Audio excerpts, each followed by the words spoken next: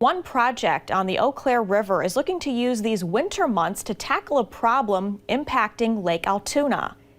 WEAU's Maria Blau shares what's being done and the impact community members hope it will have.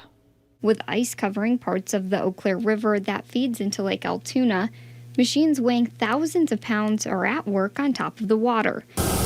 As each dump truck drives across the ice, it's carrying with it pounds and pounds of sand. We're basically digging a big hole in the bottom of the river, and the idea is that as sand and sediment and things flow down the river, when it gets to the hole, the flow slows down and allows the sand to settle out and dump into the sand trap. Mike Berry is part of the Lake Altoona District Board, a group working to protect the lake.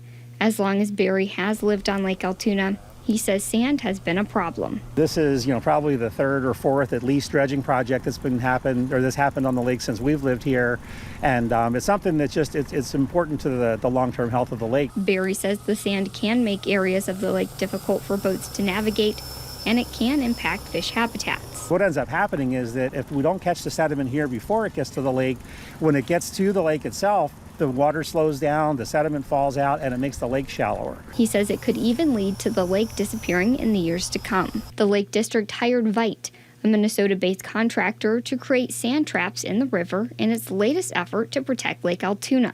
As Vite removes the sand, it puts some of it to work. We dug the material out, and there is some ice that's in it just because it's wintertime. So it's a road that was constructed out of the material that we're going to be removing, and then we start at one end and then back our way out and dig the material out as we go.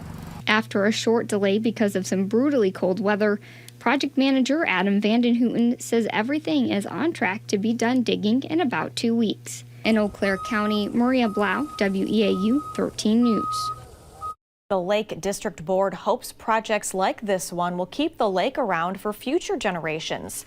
When it's done, Vite expects to remove between 90 million and 105 million pounds of sand and sediment from the river. It will go to a spoil site owned by the Lake District.